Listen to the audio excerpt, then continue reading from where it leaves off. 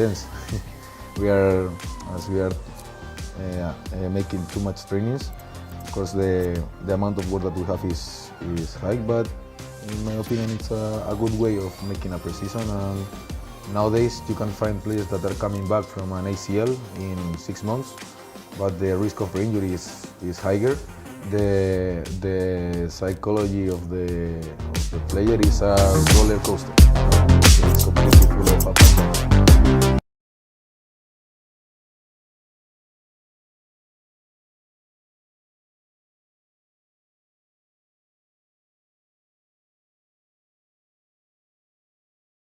Leilor, vă salut pe toți, suntem la hotelul Impact din Bad Radkersburg. Ne-am făcut așa ușor un obicei din a prezenta membrii staffului tehnic al Universității Craiova, atâta timp cât ne permite și timpul să facem aceste lucruri. Chiar în aceste momente suntem într-o după-amiază exact între cele două ședințe de pregătire, cele care sunt oricum în fiecare zi.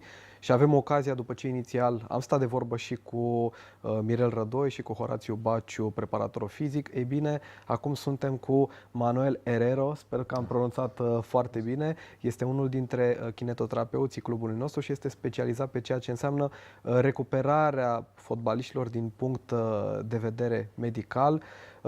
Glumind puțin, sper din tot sufletul ca Manuel în sezonul care urmează să aibă cât mai puțin de muncă și jucătorii să fie apți pentru meciurile care vor urma atât în Superliga cât și pe cele două fronturi, Cupa României și Conference League. Manuel, hello. First of all, thank you for accepting our invitation. You are, I think, in the first interview since you came in football. Yeah, of course. We are glad that you are here with us. First of all, please tell the fans how did you end up working at Universitatea Craiova, and when did you start working in football actually? Well, I came here last season, around 1 year ago, with Galca.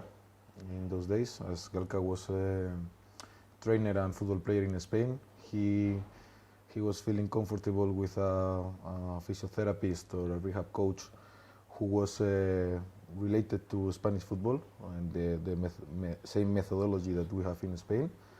And about some people we have in common, they recommend me, and that's the way I end up here. I'm related to football, I think, since I was 3 years old, as a player who never become professional player, of course. And since I started studying the degree, I knew that I wanted to work in this area of my professional degree, or my professional, I don't know how to say it. Tell us a little bit about the training camp. Right now, we spend around 2 weeks here. Yeah. Tell us a little bit about the work that you are doing here. Well, intense. we are making too much trainings. Of course, the amount of work that we have is high, but in my opinion, it's a good way of making a pre-season and to prepare the beginning of the season. What do you consider to be the most important qualities of a modern physical trainer and specialized in the rehabilitation? Well, 100% as a rehab coach or as a physiotherapist or in any work nowadays, you need to have the knowledge, 100%. But I think the most important thing that you can have as a physiotherapist or as a rehab coach, like it's in my case, should be, I think, trying to be a good person and being honest with the player, with the staff, with everyone, and be supportive and have the willing of wanting to become better day by day. I think it's the most important thing. What does the complete recovery process of a football player look like after an injury? Of course, it depends about the type of injury that the player had. Yeah, but yeah, that's true. It's completely different between the different kind of injuries that you could have. But you can find some clear stages. And for example, you will have a first acute phase during the first days that you just try to control the symptoms. After that, you start having a gym phase where you are making the player recovering the capacity of that structure that is damaged, that is injured. and then you start training on the pitch. Once you start running and completing with the gym sessions, till you put the player to return to train with the team.